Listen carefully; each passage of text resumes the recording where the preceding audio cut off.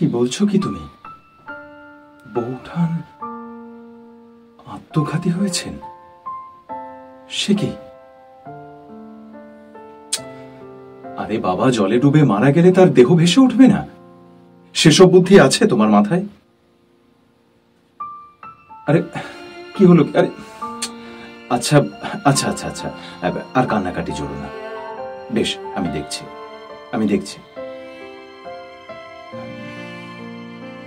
শোনো, তুমি একটা কাজ করো তো, যদুকে বলে দাদার আর আমাদের মাঝখানের এই বেড়াটা ভেঙে দাও।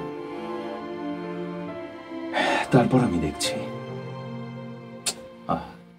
বললাম তো দেখছি। তোরা সবাই তাকে অপরাধী বলিস, বারণ তো করতে পারি না, তাই আমি চুপ করে থাকি। কিন্তু কিন্তু ভগবানকে কি করে ফাঁকি দিয়ে বল দেখি?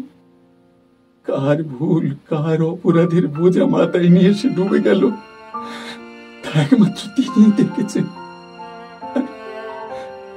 আর কোন মুখে তাকে দোষ দিই বলতো ফুটে? তাকে আশীর্বাদ না করে কি করে থাকি আমি?